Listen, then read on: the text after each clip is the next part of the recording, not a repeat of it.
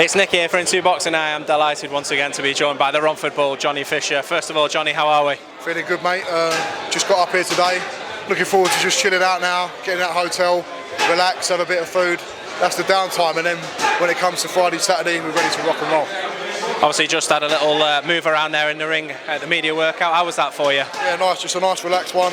Get the shoulders moving, nothing too strenuous, and we want to save it all for Saturday. That's where we're doing. We're not going to make any changes now.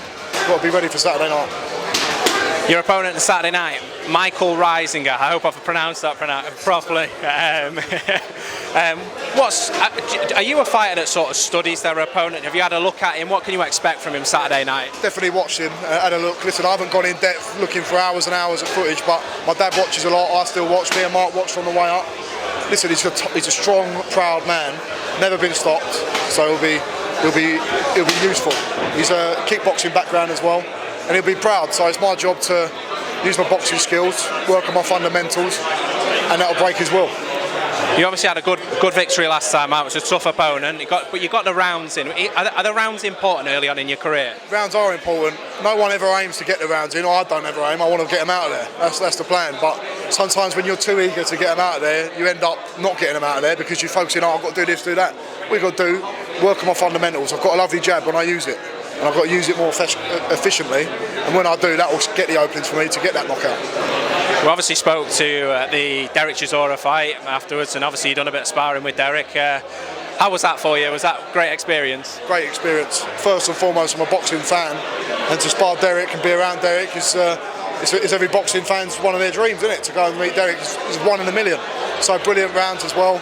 Aggressive, comes forward, makes you work, and that was good for me because I'm normally quite aggressive, but you've got to learn to box in different ways as well.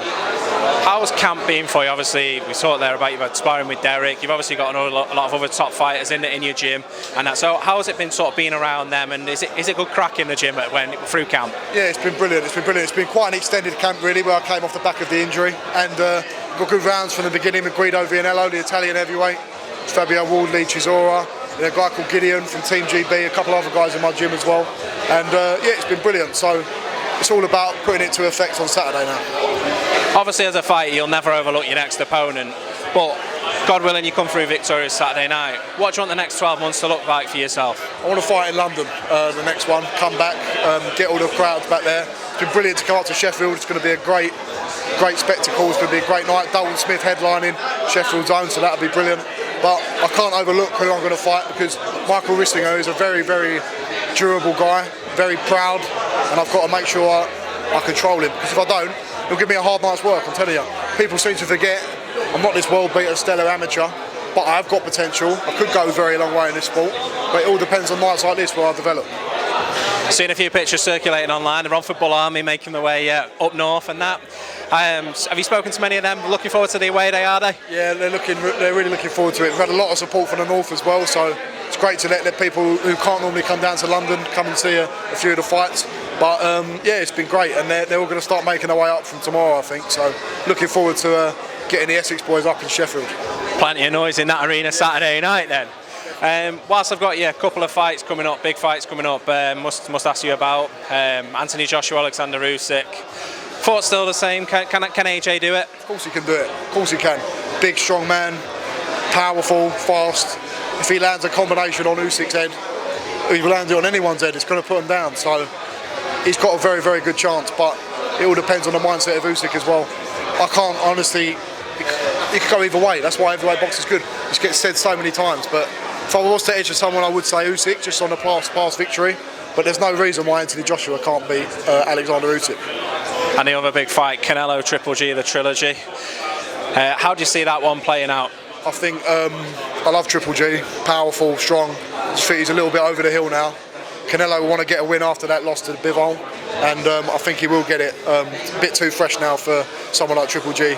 And we've seen in the previous fights, Canelo can stand up to a big punch as well. So interesting, but I think Canelo's going to get the win.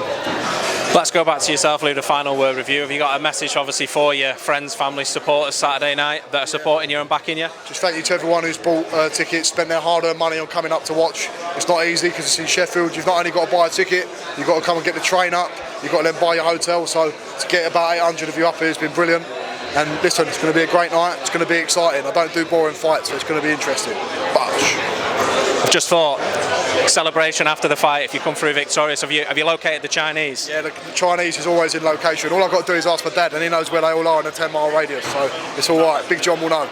What's the order going to be? Campo prawns times 10. Times 10.